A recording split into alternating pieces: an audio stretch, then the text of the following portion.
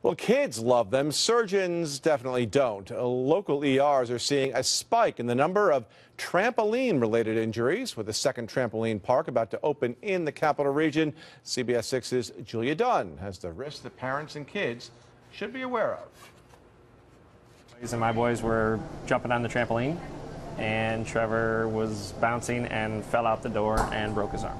A family vacation ending with a trip to the ER for Andrew Whitney's son. He snapped both of the bones in his left arm. It was pretty scary for him to look at his arm, and so when we took him to the hospital, we covered it with a towel and things. Like a swimming pool or like a bicycle, you can get hurt on these things if you don't know how to use them safely. Dr. Prerana Patel says trampoline accidents are common. In fact, each year an estimated 98,000 kids will injure themselves on a trampoline.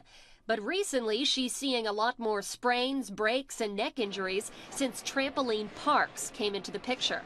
All of a sudden, I was getting older teenagers. And usually you don't get older kids on the backyard trampoline because they kind of outgrow it, but they love these parks. A recent report by the American Academy of Pediatrics says while there isn't much concrete data on the safety of trampoline parks, it does warn that jumpers may be at an increased risk for injury, potentially catastrophic.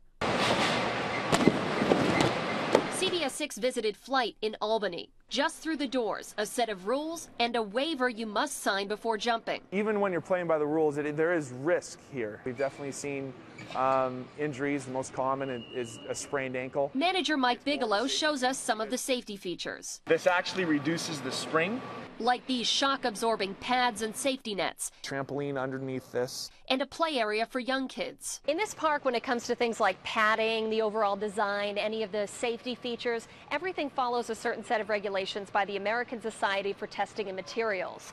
This park follows those regulations. Most parks do. It's not required by law. Second trampoline park, Sky Zone, is expected to open in Menands in the coming months.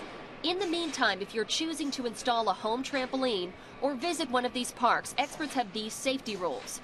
Use safety nets and pads. Place trampoline at ground level. Don't double bounce. And don't allow any unsupervised jumping. Though Andy's son fell out of a trampoline enclosure, he says he'll still let his kids jump. But it's going to come with more rules. It's going to come with better supervision. I didn't appreciate maybe the dangers that were there as much as I should have as a parent. In Albany, Julia Dunn, CBS 6 News.